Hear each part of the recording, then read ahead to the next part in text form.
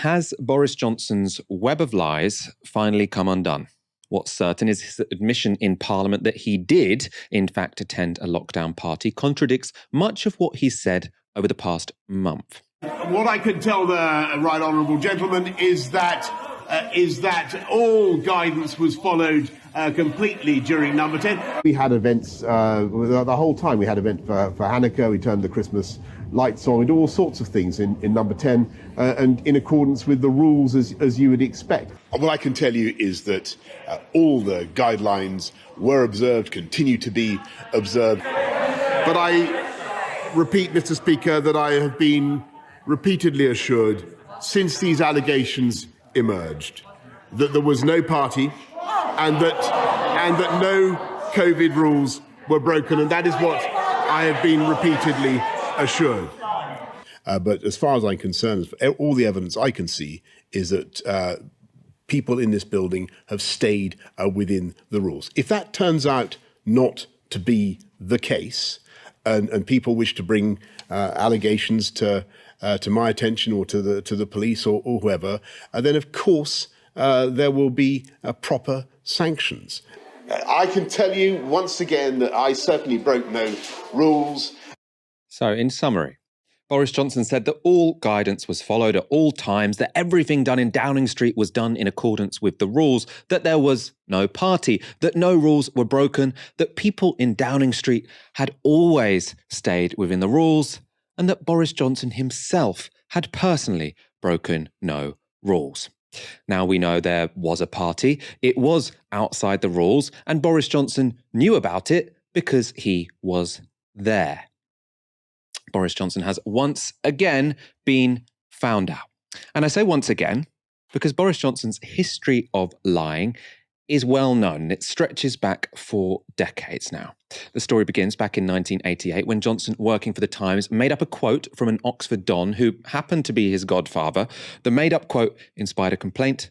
Boris Johnson was fired. Britain's media establishment would ultimately be forgiving of Johnson. After leaving The Times in disgrace, he was hired as editor of The Spectator, a position he used to spread, you guessed it, more lies. This leader was published in 2004. So under Boris Johnson's editorship, the deaths of more than 50 Liverpool football supporters at Hillsborough in 1989 was undeniably a greater tragedy than the single death, however horrible, of Mr. Bigley. But that is no excuse for Liverpool's failure to acknowledge, even to this day, the part played in the disaster by drunken fans at the back of the crowd who mindlessly tried to fight their way into the ground that Saturday afternoon. Boris Johnson only acknowledged that lie and slur in 2012 when an independent inquiry revealed that the disaster was caused mainly by police failures which were covered up. I'm glad that this independent report has finally nailed the myth that drunken fans were in any way responsible for the deaths of 96 innocent people. That was a lie that unfortunately, very, very regrettably, got picked up in a leader in The Spectator in 2004, which I was then editing. And I went to Liverpool to apologise unreservedly for that mistake. And I repeat that apology today. Very regrettably, like it's just a little accident that happened, not something which fits into a pattern of behaviour. And I talk about patterns of behaviour because also in 2004, Johnson lied to then leader of the opposition, Michael Howard. That was about his affair with writer Petronella Wyatt. Let me ask you about a barefaced lie. When you were in Michael Howard's team, you denied to him you were having an affair. It turned out you were. And he sacked you for that. Why did you lie to your party? Well, I mean, again, with great respect, on that, I never had any conversation with Michael Howard about that matter. And, I don't You did propose... lie. Well, I don't propose to go into all that again. I don't blame you. No, well, why should I? I mean, I've been through, that question a lot with the. Watch the documentary. Okay. Why don't we talk about something else? After that lie, Johnson was sacked from the Tory front bench. Let's go back to his record in journalism. Johnson's lies at the Times and Spectator didn't stop him getting a regular column at the Telegraph. In that paper, besides deploying some well-publicised racist language, he also printed a few more whoppers. In January 2019, he claimed that a no-deal Brexit was the most popular option amongst Britons. It was a lie, and the Telegraph issued a retraction.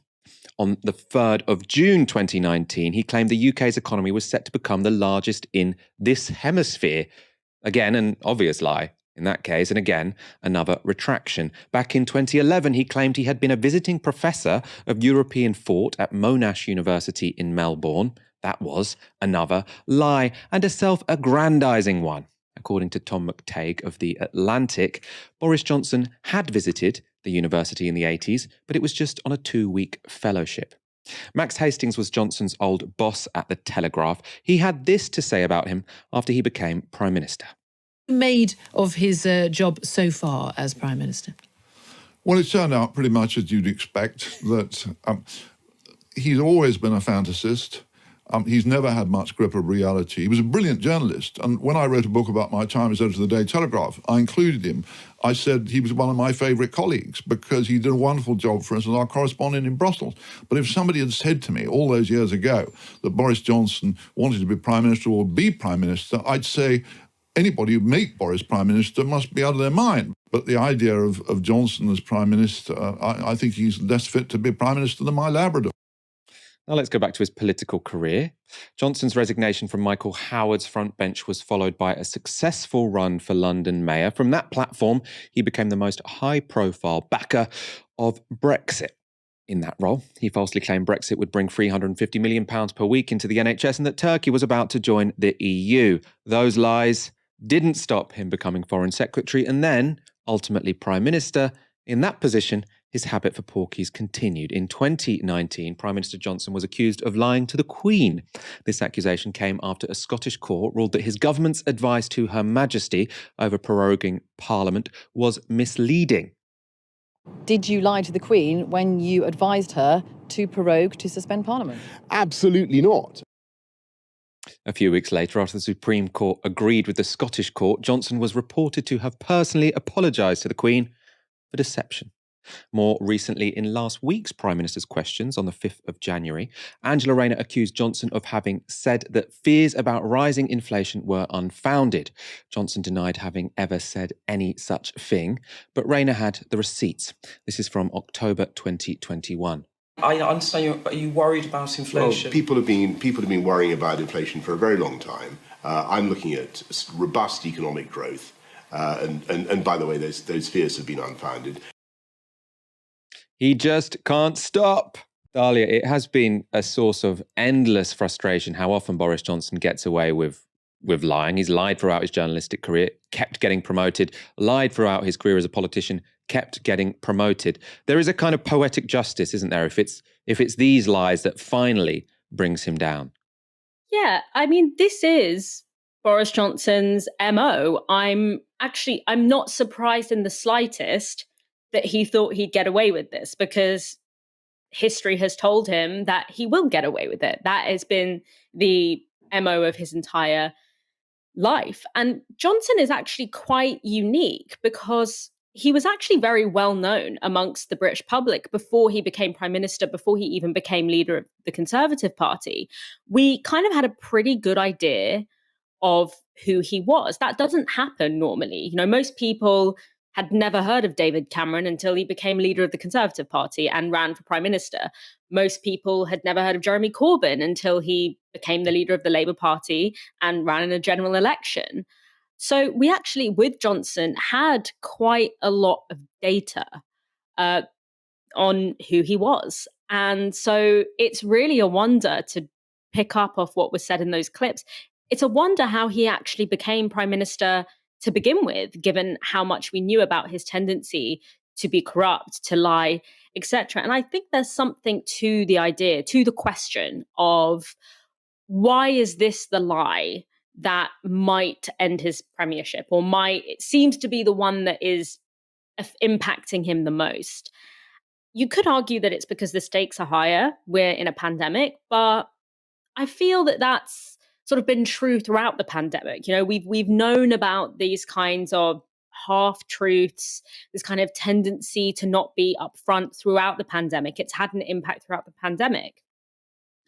I think that unfortunately, it's because unlike his previous lies and his reckless comments, the targets here aren't just Black people. They aren't just Muslim women. They aren't just gay men, as they, you know, famously have been. It's everyone. The impact, the people it's implying is everyone. And unfortunately, I think had we listened more closely to what those communities had to say before about the moral fabric of this man, about who this man is, what he does with power, then maybe we wouldn't be in the position that we're in today. You're right. It's that it affects so many people this time. It can't just be, oh, he's only affected some minority, so we don't have to worry about it. It's also very easy to understand.